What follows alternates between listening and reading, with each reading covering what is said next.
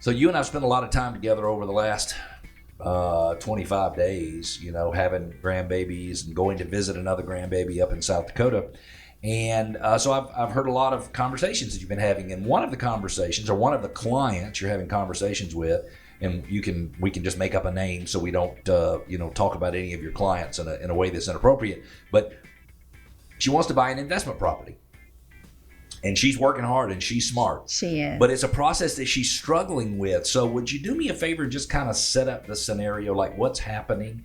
And let's just kind of talk through it if you don't mind. Yeah, and we'll call her Mert. Mert? Mert. That was my grandmother's name. So Mert. Yes, Mert is a first-time property investor or real estate investor. Yep. And she has some money and she wants to invest in real estate. And it's not as cut and dry as buying a home to live in is. There's a very specific process. Like, you're buying a home, you're going to live in it. So you already know what you're buying, right? You're buying a home. Well, when you're willing to pay for it yourself because that's where you're going to live. So right. You're going to get the benefit of it. Right. But as an investor, you might be buying a car wash.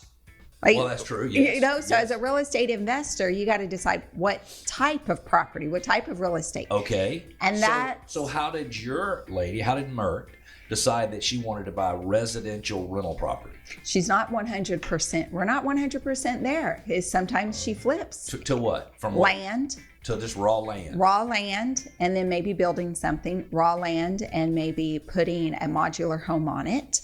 Raw land to invest and hold. Apartment complexes she's looked at. So it's not been 100% single family. Duplexes keep coming back up, and her thinking, she wants to buy a full duplex with both sides. Okay.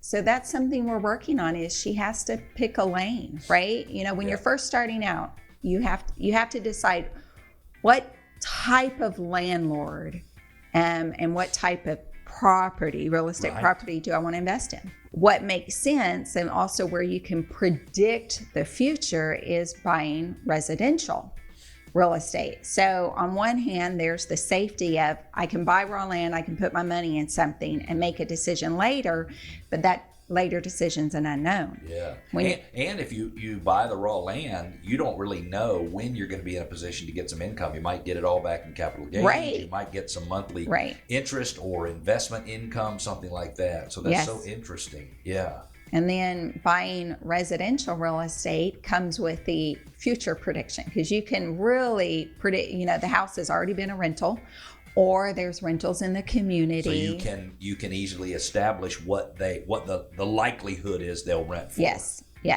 So what do you think is the main kind of source of confusion for her, numbers wise? You may not even know the answer to that question. Well, I do. Numbers wise is she's listening to a lot of podcasts. And every podcast investor, they have their own way of running numbers. And someone, we talked about this, operating expenses. Yeah. Someone will, put property taxes either, into operating expenses or into, the monthly. They'll count it as part of their financing. Right. Yeah. And so she's listening to a lot of people, which is actually very important in the big picture. Do you know what she expects from a return standpoint?